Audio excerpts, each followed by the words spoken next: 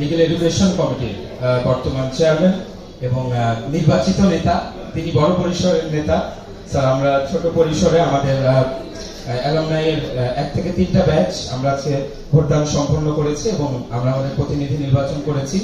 আমি আমার অগ্রজ, আমার সহপাঠী, আমার অনুজ প্রত্যেককে অত্যন্ত ধন্যবাদ জানাই, অন্তঃস্থল থেকে ধন্যবাদ জানাই, কৃতজ্ঞতা জানাই যে অত্যন্ত সুশৃঙ্খল পরিবেশে আমরা ভোটাধিকার প্রয়োগ করতে পেরেছি এবং ফলাফলের পরেও স্যার যারা বিজিত হয়েছেন অর্থাৎ যারা জিততে পারেননি স্যার ওনারাও উপস্থিত এবং আমাদের মূল উদ্দেশ্য যেটা অর্থাৎ বলা হচ্ছে বিউপি আইন সমিতি জিতেছে, যেই জিতুক না না জিতুক কেউ হারেননি।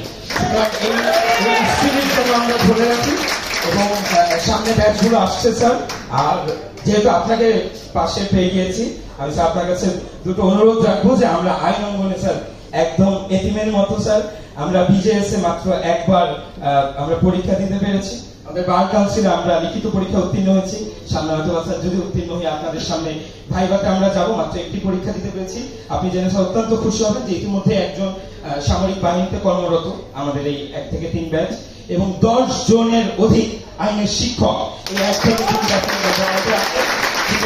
আমি আশা প্রকাশ করবো যে আইন অঙ্গনে স্যার বিউপির প্রতি স্যার আপনারা সুনজর দিবেন এবং আপনাদের ছত্রছায়ায় স্যার আমরা ইনশাল্লাহ এই সংগঠনকে এবং আমরা প্রত্যেকটা ব্যক্তি এখানে স্যার অত্যন্ত পটেনশিয়াল নিয়ে স্যার তারা আসেন, সুতরাং স্যার আপনাদের সুদৃষ্টি স্যার কামনা করি। আমি আবারও আমাদের যারা উপস্থিত এবং যারা ভোটার না স্যার ওনারাও উপস্থিত আছেন, যারা পরবর্তীতে ভোটার হবেন অর্থাৎ যারা এখন 4th ইয়ার থেকে 1st ইয়ার ওনারাও উপস্থিত। আমি আবারও প্রত্যেককে ধন্যবাদ জানাই। সময় খুব সংক্ষিপ্ত, আমরা বিশেষ অতিথির কাছ থেকে শুনবো, পরবর্তীতে ইনশাল্লাহ কথা হবে। ধন্যবাদ সকলকে।